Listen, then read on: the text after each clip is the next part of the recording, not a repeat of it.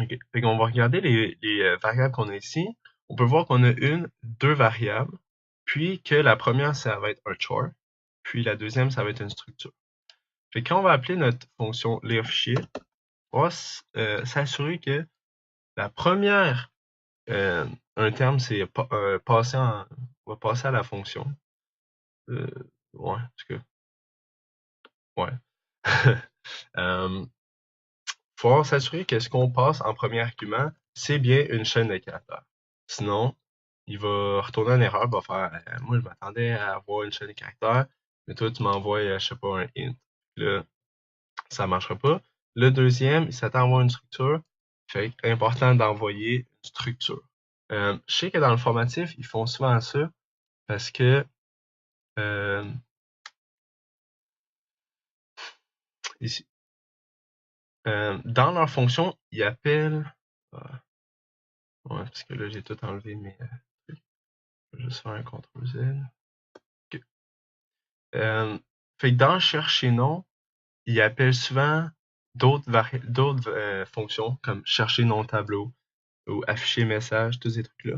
Quand vous allez faire ça à l'examen ou whatever, quand vous pratiquez, je sais qu'il y en a qui ont de la misère à écrire leur truc ici. Ce qui est important, c'est de regarder first, mettons, si vous utilisez afficher message. Je sais pas en tout il est où. Afficher message, ok, vous arrivez ici. Vous checkez, ok, mon premier argument, il me faut un char, c'est le nom, la position. J'en ai 4. J'ai 4 trucs. Là, ici, vous arrivez 1, 2, 3, puis le quatrième. Fait que c'est respecté. Là, il faut s'assurer juste de passer les bonnes variables ici, dans la fonction ici. Fait que si en ce moment on utilise des. Ici, c'est votre nom, c'est parce que votre nom, il a été passé ici. Un truc important, c'est de différencier les variables, comment ils sont utilisés à l'intérieur puis à l'extérieur des fonctions.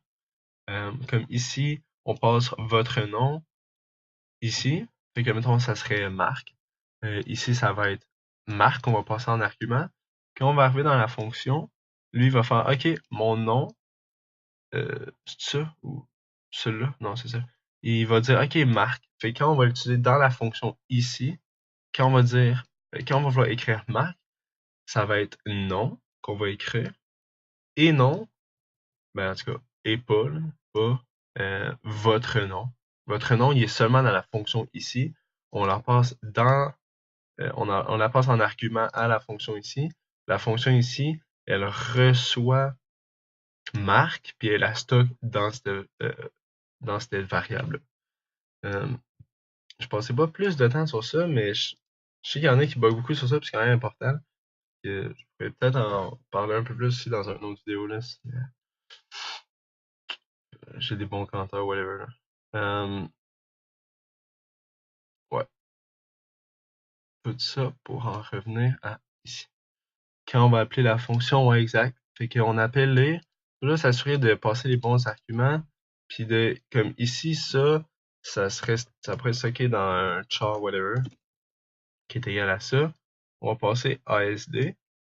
Là, ici, c'est en tout cas ASD2. Quand on va passer ça, quand il va arriver dans lire fichier, dans lire fichier, on n'utilisera plus le nom de cette variable-là, on va utiliser ce que eux ils ont utilisé, comme ça va être fichier. Fait que vous voyez ici, là, eux utilisent fichier. C'est important de définir ça. Je pense qu'il y avait des questions à l'APP 2 puis 5, là, avec les fonctions ABC, puis chacune appelait une des autres. Là, fait que c'est quand même un concept important en programmation de ma variable, est-ce qu'elle suit, est-ce qu'elle suit pas, comment les fonctions utilisent. Ensuite, je vais faire une pause, je vais juste cleaner ça. Ok. Je sais qu'il y en a qui avaient beaucoup de problèmes avec les structures. Passer un peu de temps sur ça, expliquer un peu à quoi ça ressemble. Puis ça va faire un recap aussi des pointeurs. On devrait être pas pire avec ça. Fait que ici, je me réfère au procédural. Ouais, je l'ai ici. Fait que tout ce que je passe, c'est dans le procédural 1, qui est ici. Le E1 puis E2. J'ai copié Dans le fond, je pourrais juste le faire ici, là. C'est le plus simple. Ok. Donc, les structures. Il y a des personnes qui ont de la misère à comprendre les structures, je vais expliquer un peu. Les structures, on fait pour l'identifier, on fait struct, puis on donne le nom de la structure qu'on veut que, ben, dans le fond, ça représente un peu ce que ça va parler. S'il y en a qui ont de la misère, là, ça peut être identifié par un int environ, là. Pas vraiment, mais ça peut être une comparaison, là. C'est comme si on faisait int puis on déclarait une variable, sauf que euh, ça va être une autre sorte de int spécial. C'est comme si on ferait int2, mettons. On inventerait int2. Dans int2, il y aurait plusieurs variables qui seraient associées à int2. Comment on fait ça? C'est justement, on fait une structure, puis on dit, dans une structure de personnes, il y a les variables nom, prénom et âge. On l'identifie comme ça. On peut en rajouter, on peut en enlever, ça dépend tout le temps. Fait que ça, c'est une structure, puis on y touche pas. Celle-là, c'est simplement pour... c'est dans le fond, on crée une nouvelle sorte de variable. C'est comme si je disais int x. Okay, on crée une variable qu'on va pouvoir utiliser à tout moment, puis qu'on va pouvoir stocker des trucs à l'intérieur. La seule différence avec int x puis ça, c'est que celle-là, on peut stocker plusieurs informations, pas toutes, dans le fond, du même type. Là, ça peut être int, char, et plusieurs informations, tandis que ça, on peut seulement identifier un entier. Si je continue, je pourrais peut-être, comme usual, là, je pourrais peut-être passer un peu plus de temps à structure sur une autre vidéo, là, si y en a qui comprennent pas. Juste pour les éclairer. Fait que la même chose pour personne ici encore. Bon, je pense qu'ils font le même code.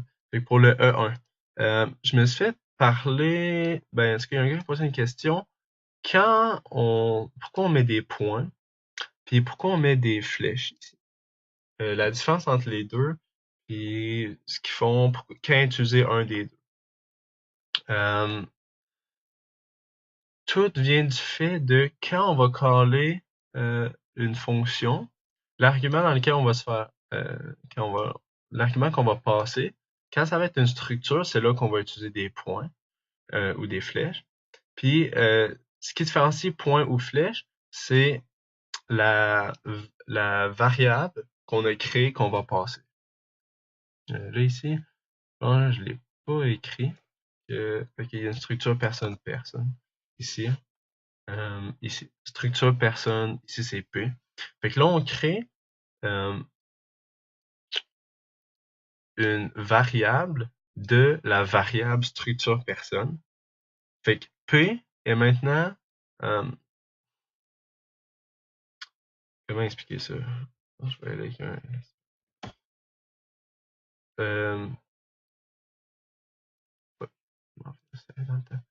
on a P, puis P contient... là, je fais des brackets, là, mais P contient maintenant un nom, un prénom, et un âge. Puis, fait que si on appelle seulement P, pas dire exactement ce que ça va faire, mais ça va rien faire. P n'est rien, il y a seulement une variable qui contient d'autres variables puis ceux-là sont seulement attribués à P. Fait que le nom qu'on va stocker dans P est accessible nulle part à part dans P. C'est un peu ça, on crée la variable P qui est pas un int, pas un char, mais qui est une structure de personne. Fait qu'elle prendra pas les attributs d'un int ou whatever, elle va prendre les attributs de structure personne, puis les attributs, c'est ça, c'est qu'il y en a plusieurs.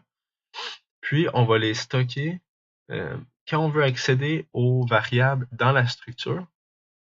Ce qu'on fait, c'est qu'on dit, OK, j'ai P, qui est ma variable, puis je veux accéder à la variable qui est dans ma variable. C'est un peu compliqué, mais je vais essayer de surligner.